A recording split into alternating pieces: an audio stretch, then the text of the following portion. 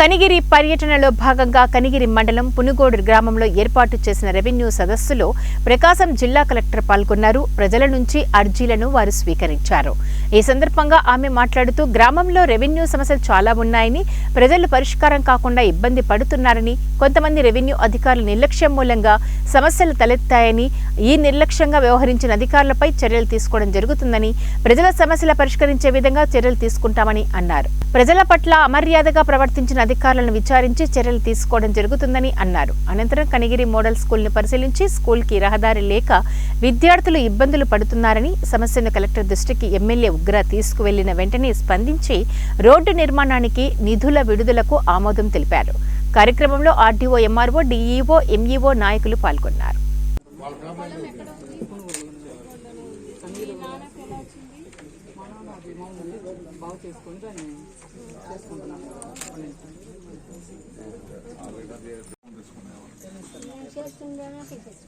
అంత ముందే ఉన్నాయా